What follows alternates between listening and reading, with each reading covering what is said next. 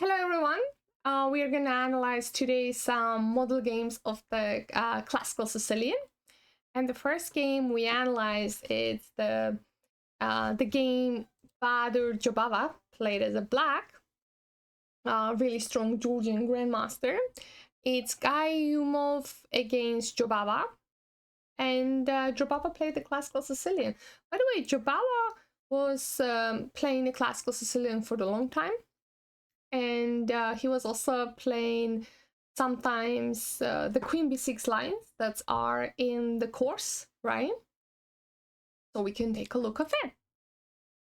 So it's e4, c5, knight f3, d6, and white played the open Sicilian line. After white pushes d4, it's called the open Sicilian. And well, c takes d is also the move, but with knight f6 and c takes d, it transposes to the same thing. The move order was a little bit different here, but it's still the classical Sicilian. Like this move, knight c6 defines the it as a classical Sicilian. And from now on, white has a lot of interesting options, obviously. But in this position, white decided to play the bishop g5. This is the rouser attack, one of the best options for white. I think I always say that if white is looking to get some advantage in the classical Sicilian, they should probably, in my opinion, play the rouser or Sozin attack. They are really aggressive, they're really dangerous and interesting variations. Like we get a lot of interesting positions. It's not easy to play the rouser, it's not easy to play Sozin, but I think they're really good. The queen b6, well, we actually play e6 and queen b6 first, but again, move order is a little bit different, but it transposes into the same position. And by the way, early queen b6 is really interesting too. Knight b3 and e6, and now it transposes to something that we play. Queen d2 was played in a game. This is, well, by the way, guys, I got this game from the Mega database. So there's the commentaries. Probably I should also mention whose commentary is on this. 1 second. I'm gonna check really quickly. Whose commentary is on this, because it's probably more appropriate to do that. Here we go. Let me see if I can find it, whose commentary sits on them. Oh yeah, Goffstein Leonid D. That's how it says. Goffstein Leonid D. That's the commentaries of the Goffstein. It's in the Mega database. Everybody can analyze this game, and well, you guys know some of the games are with the commentaries of some players. Most of the games in the database are without commentary. So let's go. Queen d2, bishop b7. We are just developing, and white plays the queenside castle. Black plays the kingside castle. Well, after rouser, when the white plays rouser, queenside castle is nothing new. Most of the players in the rouser attack plays the queenside castle, but there is also some variations without queenside castle, obviously. F3 is the really nice move. It usually protects the pawn and supports the g4 push too. So not even just only in rouser. Generally speaking, we're gonna see a lot of f3s in other queenside castle positions too. So that's f3 is like a really nice move to play. Regarding the opening. Bishop rook d8. Well, so this is the opposite side castle, right? And usually when it's opposite side castle, one side tries to attack on the king, another side tries to attack the king too. So those are like a really usually aggressive positions, right? Both of us try to attack on each side. That's the main plan, and that's the main goal most of the times, but it doesn't mean that only plan is to attack somebody on the other side of the board. When somebody starts to attack on the king side and it's opposite side castle position, we can also try to break the center. Not even if it's opposite side castle position, like generally speaking, if somebody is attacking you and attacking your king, like breaking the center, it's not a bad idea, because when you break the center, you create a nice counterplay there, right? You create a nice counterplay there, and if opponent pieces are kind of mobilized on the king side and on the king side attack, meanwhile, you can break the center with the d5 push. So d5 is also not off the table. Like any moment, if you have a nice opportunity to play it, you play it. Generally in Sicilian, we play a lot of d5 moves when we have of course, the good chance to play it. Knight b5 is a really interesting move. So this is one of the ideas. That's why I really like this game, because this is a really tricky idea, by the way, and it's good to pay attention. White actually tries to either trap the black queen or create a lot of problems on the screen. So this is a tricky move because rook blocked one escape square and knight is blocking another escape square. So this can end pretty bad if the black knight reacts on it. So that's why rook d7. Rook d7 is the really nice move because it creates a nice spot for the queen to retreat. Thus, when you have this battery, it's much easier to push the d5, right? Because again, d5 push is kind of idea we can play against anything, but on the right time. Like it should be the really right time to push the d5. Like generally speaking, the central breaks, it doesn't matter what opening you play. Like central breaks are really risky. So it has to be done at the correct timing. And plus, now after we move the queen away, this white knight is misplaced. It's not really on the good spot anymore, and it gets kicked away by a6 anytime. Of course, if you want, you can also play a5, a4, which is also ideal. Well, white repositioned the knight because knight was already doing nothing on d4. It was just a matter of time when you know, you have to move it. And in this position, Jaba played a5, which is the really interesting move, and he tries to attack on the queen side. By the way, I think d5 push would be really good too for black to push d5, but a5 is the nice interesting move. Well, white played a4. This a4 is the interesting move. Like, there's always the question, and probably you guys also had the same question. When somebody starts the pawn storm and pawn attack, we always have a question like, should I do something? Like, should I block it with my pawn? Or if I push my pawn, I create too many weaknesses, and what to do? That's always the question, and there's no 100% answer of that. It's always depends from the position. Like sometimes it's bad to push your pawn and stop the movement of opponent pawns because you're weakening your weakening the side where your king is. For example, with a4, stopping the pawn from advancing. Plus, white gets the really nice outpost on the b5 square, which is pretty nice, right? But in other hands, a4 is a little bit weakening the this side where the king is, because we all know when you have the pawns on the starting positions, usually they're the best defense for the king. Every time you push something, you either create some weaknesses or you create the hook pawn, right? Like hook pawn is something where opponent can attack you and force your king open really fast by that. So that's why what I was trying to say, sorry. Yeah.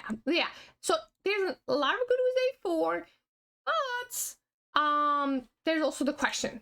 I think in this specific position, it's a good move to play because there's a lot of benefits behind this move.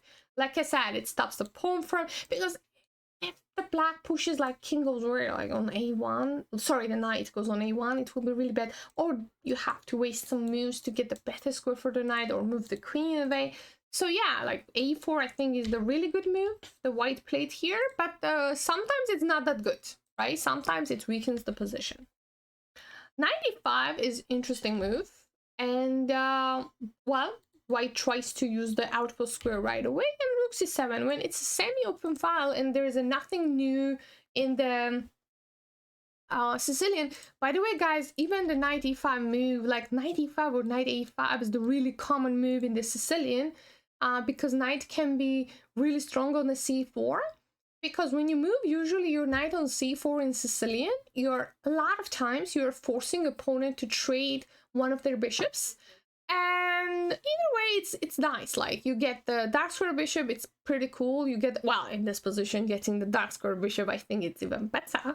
But light square is pretty good too. So that's why knight e5, knight c4, or knight a5, knight c4, it's the common idea. So that's why knight moves here. And then bishop d7. Well, why not? Let's trade some pieces and get the spot for the rook. Rook c8 doubles the rooks, and after c3, c4. Well, why not? I'm forcing the white to probably trade, because again, to reposition this bishop, it's waste of time. Plus, the knight being on c4 almost always creates the knight b2 threat. Like, again, maybe it's not works right away, but there will be the moment where the black can sacrifice the knight for the pawn and actually get the 2 pawns there and completely open the king's position. So this knight on c4 is extremely dangerous. And that's what happened. White played g4. Well, white tries to attack. That's definitely the thing. But on the other hand, again, this dark square bishop is so good, right? It's for attack and defensive purposes. It's a really nice bishop. And give it away that bishop like that is a little bit questionable. But on the other hand, it makes sense. Like, usually we try to attack, right? When it's the opposite side castle, the both sides tries to storm the pawns and attack the opponents. Knight takes, and the black has the bishop pair now, and dark square bishop, and e5 is also really interesting moves. Well, Golfstein, Leonid D also puts this question, interesting move mark on this. When we have exclamation mark and question mark, it's interesting move. And why not? Attacking the knights, and it's okay. So e5 is the move which is a lot of times it's hard to understand when you should play the knot, right? It's a really common move in the Sicilian, but on the other hand, after e5, we should remember that you create the outpost for opponent, and it also creates the backward pawn on the d6. So this e5 is the move which is a little bit risky, but on the other hand, in this position works well. And I think the reason why he moved this pawn is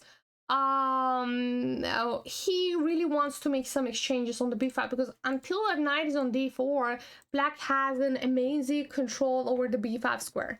And if the b5 square is completely controlled by opponent, then it's a little bit hard to attack on the queen side. So in this position, that's why like Jaba could like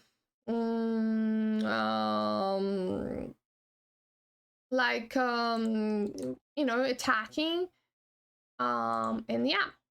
By the way, one more time, this move is exclam and then question, so it's not inaccuracy. This is called interesting move. When it's the question mark first and then the exclam mark, that is inaccuracy. But if it's the exclam mark first and then question mark, that is interesting move. So that small difference between inaccuracy and interesting move. So this one is not inaccuracy. This one is interesting move, right? Which usually a good move. Which is usually the good move. Because like when you see the exclam and question together, we all kind of think about the inaccuracy.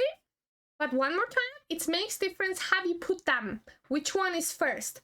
Question mark is first and then exclam mark, or exclam mark is first and then question mark. And it makes difference. So this is a good move, and this is an interesting move. Okay, so after f5, knight moves away, and this is what Jaba wanted. Like, he takes on b5 and pushes a4. Like, finally some changes happen on the queen side and I can advance more and create them more threats. Queen g5, well, black tries, of course, something here. 98, it's tempo move, it's protecting here. Again, guys, there's nothing wrong with the moves like this. Like, a lot of times we don't like to make moves like this because it looks too passive, but if it's temporary, and meanwhile you can protect both of your weak pawns from there, why not? And it's temporary, right? It's not means that that knight's gonna stay there forever. But right now, it's defends everything, and, you know, it's nice. So 97, rook takes only 7, and voila! After the trade, when it happened on 7, 97. This knight was actually not near as good on f6 as it is on c7. Remember, guys, this maneuver, especially in this position, because white pushed c4, and look at that, after knight jumps on a6. When opponent plays opponent plays e4 and c4 together, it creates the hole, and the biggest hole and outpost is, of course, the d4. So this maneuver is the common thing in the Sicilian if opponent plays e4, c4 moves. And now I can, well, try to use... Oh, actually, there's another hole, and it's tempo move, right? That's how good this move is, right? Because you can... Of course, we're gonna probably use the knight more on the queen side, because we play on the queen side. Like, even if the, like, f4 square, for example, looks pretty nice, but the question is, like, is it useful? Like, that's sometimes the problem. Like, you're controlling the outpost square with the knight. You like the knight, it's good looking, but it does nothing, right? So if your plan is to focus on the queen side and do something on the queen side, right, then what your knight is doing on f4, right? So that's why good looking knight is the one thing and doing something is another thing. Okay, well, queen went there, and rook c7, well, doubling the rooks, and then rook c5, of course, like blockaded, attacking both pawns, and knight jumps on d4. Yeah, d4 is the better option. For the knights, it's in the center, and it's the nice outpost square. Queen d3 and queen a5. The next move is obviously the queen b4, because it's so uncomfortable for white because they can't really get rid of it, and it meanwhile creates a lot of threats around, right? And in this position, black played king a2, where Jaba played a really nice move here. Like, let's stop for 1 second. No, not 1 second. Let's stop here for 5-10 seconds. You can guys pause the video and take a look what black played here. Like, the person who commentates this in the mega database, Golfstein, said it's a great move, but in my opinion, that's a brilliant move. I really like it. So 5-10 seconds, find a nice tactic, guys, and what you would play. Well, it's hard to say tactic, it's more like a positional sacrifice. 5-10 seconds, what black played, and then I'm gonna say.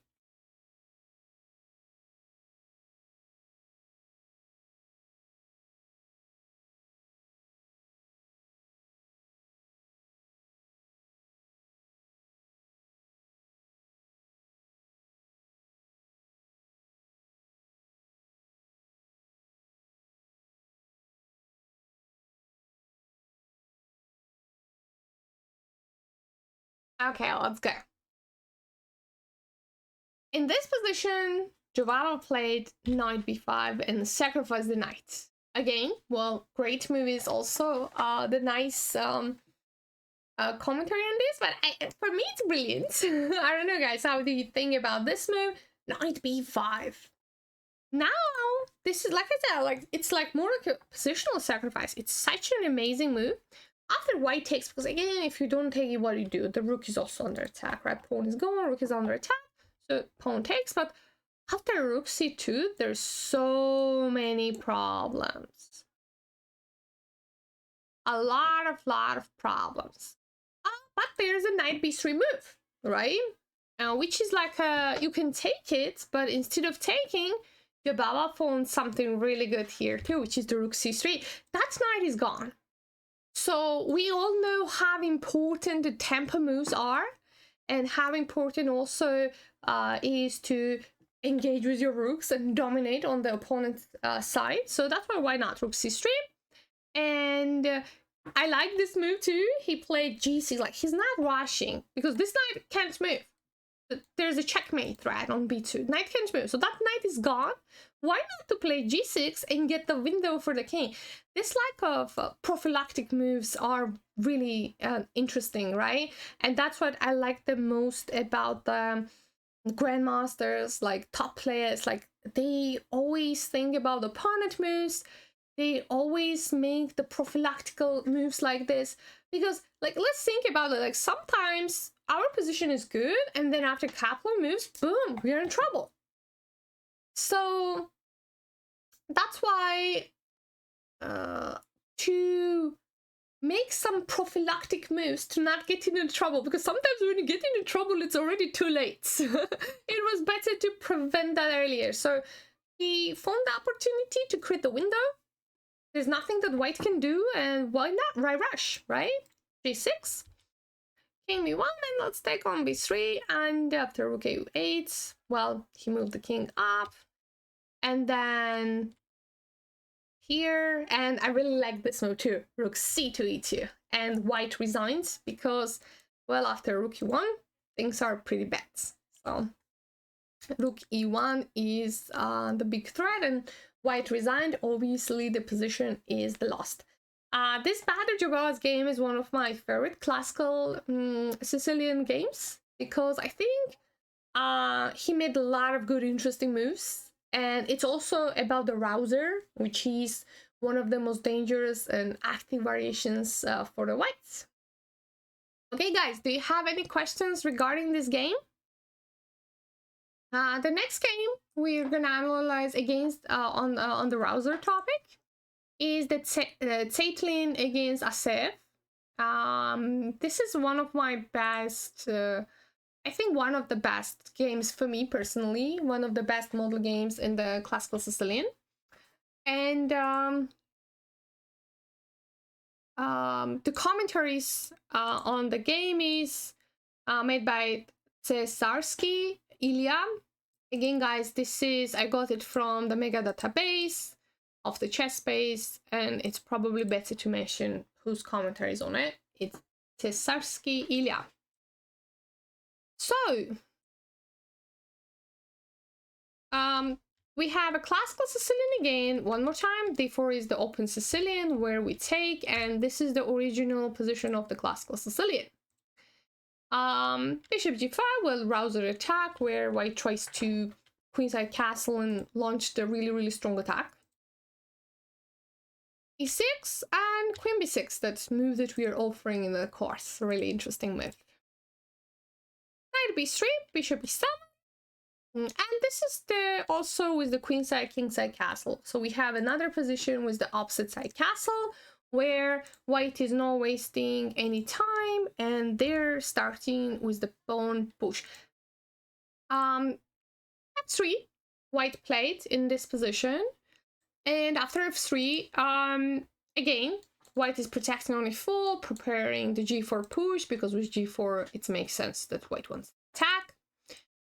And we play rook d8 again. Why not? Any moment you have an opportunity, you push the d5. That's pretty much the common thing in a lot of different Sicilian variations. Playing the d5 is not a bad idea. h4. White starts to attack straight away. h4 and launching the pawns, because we all know that pawn storm is one of the common ideas in the opposite side castle, because your king is not on that side and you're free to launch your pawns and attack with your pawns. So why not?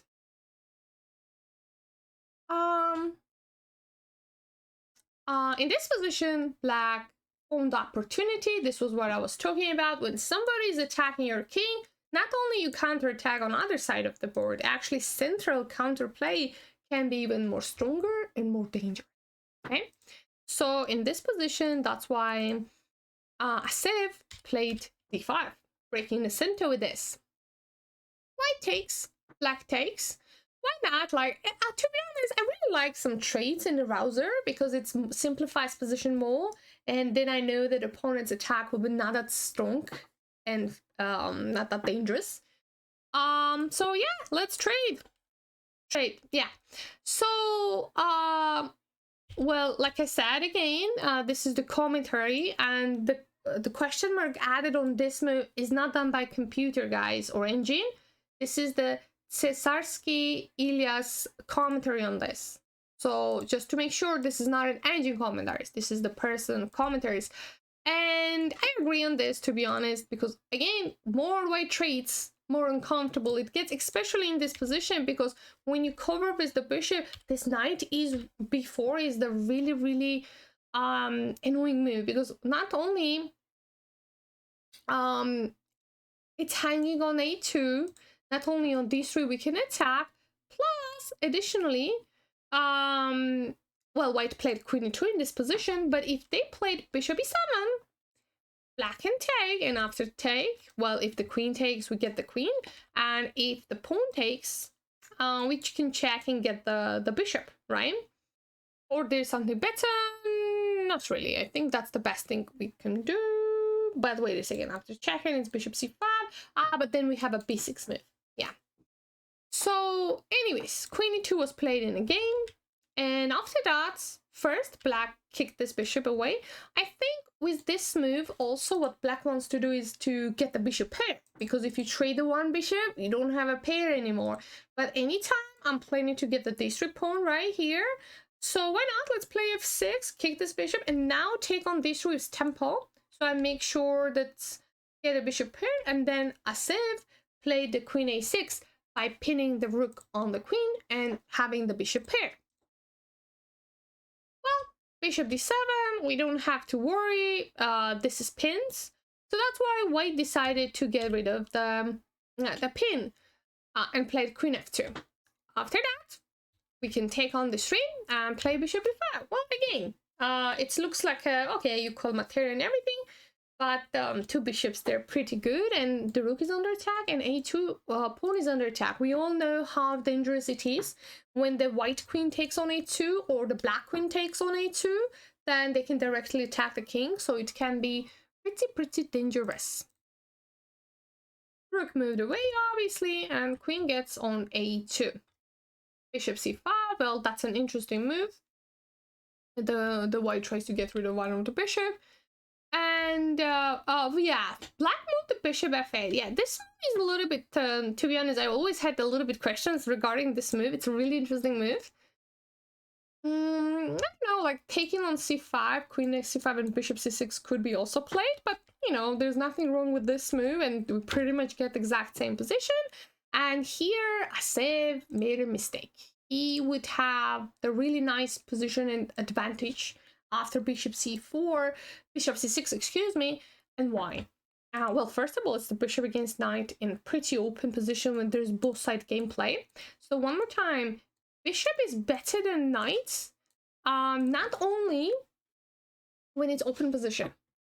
If it's open position, but everything is happening on the one side of the board, on the king side only or on the queen side only, knight is a lot of times not weaker than bishop, even if it's open position.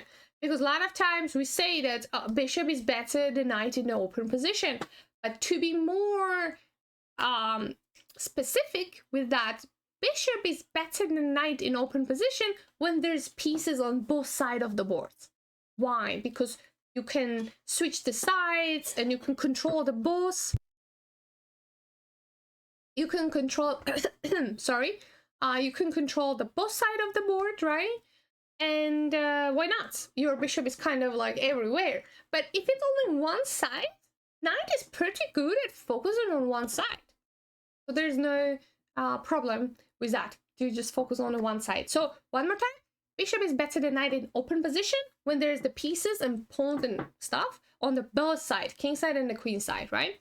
If it's open position, but everything is on the queen side, for example, like literally everything, king's pawn, other piece, everything is on the queen side, knight is pretty good on playing on the short area, right? On the short side. Okay, Well, bishop c6 would be a nice move. By the way, it's not that easy for white to play knight e4. There's always checks and b2 is hanging or rook d8 problems. So that's why bishop c6 would be a good move. But here, Asef played bishop a4 and white, Tatling, took a really good advantage of that by playing queen 7. Why? The queen is controlling some threats here. Plus, after rook e8, obviously we don't want to give away this, right? White plays rook d8. And after trading the rooks, and it's forced us to trade, right? This is the tricky part about the queen, and this is also the thing regarding the queen's endgame. That queen can make a lot of checks, queen can make a lot of threats, and a lot of times there's even the perpetual tracks in the queen endgame. So after losing the rook, which was on the 8th rank, the black king is more exposed and white queen can make the more checks, and that's what exactly the Tatling did. He started to make checks, and knight c5 is a really interesting move too. One more time, exclamation mark and question mark is not inaccuracy. Inaccuracy is when the question mark is first and exclamation mark is next, right? That's inaccuracy. But if you have exclamation mark first and then question mark, it's called interesting move, right? Well, black made a check and captured the b2 pawn, but on the other hand, white starts the checks, and what black can do, like, the king is completely exposed for those checks. And it will be too risky if black tries something. This is one of those moments when you should take a draw, because this happens probably so many times with us, and actually it's also happening with professional players too, when it's like a draw and you try to force the win on that position, and all you do is you're ruining your position. Because if it should be a draw logically, it's a draw. You're playing as the good player, and then if you play in super draw position for the win. Well, I'm not talking in one of those situations where I don't talk about one of those positions when one of those situations when like draw is the only good option. There's sometimes the tournament situation where so many times you only win is good. That's it. Like, it's last round. You win, you get something. You don't win, you get nothing. So in that case, yeah, you can force it. Or if it's elimination tournament, like a World Cup happening right now, right? If you lost the first round in the match, in the second round, like, draw is like a loss. So you don't take it, of course, and you play for the win. But in other normal situations, when you play the classical games, and if it's the equal drawish position, let it be. Okay, well, that's what happened here. And after king g6, they agreed on the draw because, well, this queen is following with checks, and one more time, if the black not takes the draw, it's really risky for them. So yeah, let's take a draw. So this was the game between Tatling and Asef. Do you guys have any questions regarding this game?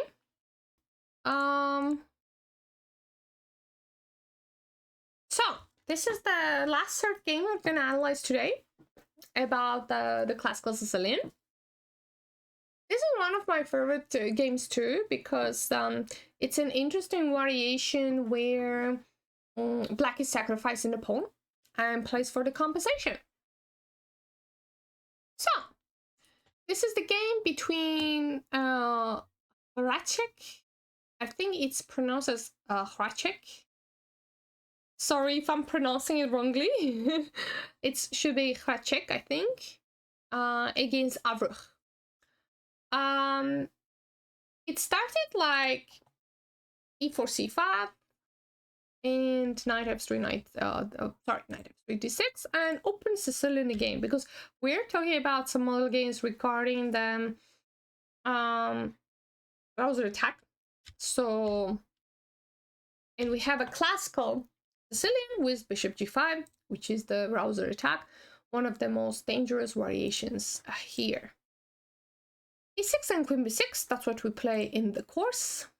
And after that, knight moves on the b3, This is one of the interesting moves when white retreats, but it's under attack, so pretty much most likely white either takes on f6, or they castle, or they play knight b3. Well, they're the couple of moves the white can play, and knight b3 is the really nice and interesting moves. Bishop e7, and here is the variation where white takes on f6 and we take back with the bishop. By the way, taking back with the pawn is also possible. It's really normal situation for black to play with the double pawns on the f line in this queen b6 rouser variation. But another interesting idea is to take it with the bishop and to play on the compensation, so white gets the pawn, but black has the two bishops, an interesting position. Bishop e5, and in this position, white Kharchik played the queen c5 by trading the queens and playing the endgame with extra pawn. But one more time, black has the bishop pair, and not only bishop pair, black plays king e7 here. One of the ideas for black here is to take on c3, and it's damaged the white structure on the queen side so badly that it's not even feels like the white has an extra pawn in that endgame. And you're gonna guys see what happened in this position. White queenside castle and b6, let's kick the knight away, and this was exactly what I was talking about. Bishop b3. It's really hard for white to avoid this situation because bishop gonna take on c3 in this queen c5 variation. By the way, beside queen c5, queen d2 is also analyzed in the course line, the queen d2 variation. And queen c5, we take taken. Boris Avril took on c3, which, one more time, it's damaged the white structure on the queen side at the point where it's not even feels like they have an extra pawn, right? Especially, this is really uncomfortable because there's a c semi-open file, right? So it depends what kind of double isolated pawns you have. If you have the double isolated pawns, but it's the semi-open file, that's uncomfortable because black can attack them, that pawns can be gone anytime. So that's why it's isolated double pawn, which means, so there's the just double pawn or isolated double pawn. Isolated double pawn means that there is no other pawns on the neighbor files to protect them, which makes them even weaker. Isolated double pawns. That's not means that isolated pawns are bad all the time. Sometimes they're good, but in this position for sure, they're not good, right? Again, it's always defense from the specific position. Usually, if they're in the center of the boards and they're controlling the large squares in the center or close to the center, they are pretty good. But if it's outside, oh, sorry guys, it was lagging for 1 second. So if those two pawns are outside the center, those isolated double pawns, it's not that good. In the center, it's more good. Outside the center, less good. And most of the time, they're bad. So you can even call them the bad pawns then. Probably we can even call them the bad pawns. So bishop b7, and they're both developing, right? And of course, rook c2. Well, on the c file, there's the two weaknesses. And it's semi-open file, and that's nothing new in the Sicilian. Black can double the rooks on the c file really often. And after that, knight e5. One more time, knight e5 is a pretty good move, opening c for the rooks, the c file. And plus, we already mentioned it, that c4 square is the nice square for the knight. And with knight e5, knight c4, or knight a5, knight c4, black lifetime tries to get the knight on c4 in the Sicilian variations. Bishop moves on this 3 and rook c8, doubling the rooks, attacking them. And in this position, they agreed on the draw. So what do we have here? Well, one chance for white is to consistently protect them, right? By putting maybe knight on e2 or something. But either way, they can't advance, they can't take advantage of the pawn majority on the queen side. Because having the extra pawn, especially in the endgame, is good because of why? You can possibly create the passed pawn, because in the endgame, obviously everybody tries to get the passed pawn. That's usually the way how you win the games. So if you have an extra pawn, you have a much better chances to already have a passed pawn or to create a passed pawn, because probably you have somewhere the pawn majority. But with this pawn majority, when the pawns are this bad, it's almost impossible. If black plays correct, it's almost impossible for white to create a pass pawn here. So that's why it's not even feels like the white has this extra pawn, and two players agreed on the draw in this position. One more second, guys. It's so hot. Let me get my fan. Really quickly. Sorry. Okay, so this is the interesting game. I think black eliminated a lot of problems in this position and simplified the position easily. But a really good reminder is that losing the d6 pawn is not a big deal, because queen c5 is not that much of the problem, because he traded on c3 later and damaged upon his pawn structure. We're gonna also analyze the game where white retreats on d2. So instead of trading the queens on the c5, white's gonna retreat on d2, and we're gonna analyze that next time too. And next time too, there will be the other games. So let's analyze some other modern games about the Classical Sicilian. Thanks for watching, guys, and see you in the next video. Okay, do you guys have any question about this?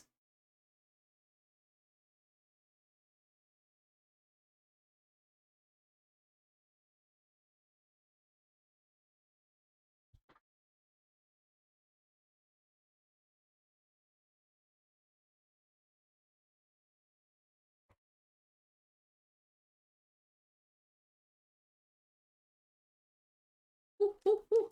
Hot, hot.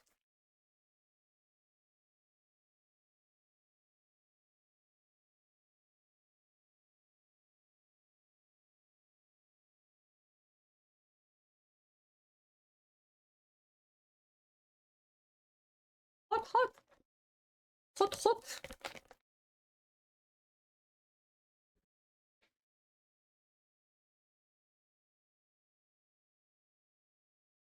Okay, I don't think there's any questions. I'm gonna upload this video here, and I will also upload it on the YouTube.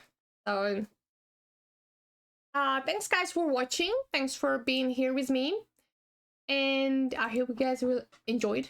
And we're gonna have this kind of videos on Thursdays, like model game videos, like couple of videos for that, to check some interesting model games together. And yeah, I'm gonna stream on Saturday. I'm gonna play the Bullet Brawl, so you guys can join and watch me playing the Bullet Brawl. I joined the Bullet Brawl a little bit later because I work and I can't join on time, but better late than never, right? So I will be there a little bit late on the Bullet Brawl. Okay, a little bit big Anna before I go.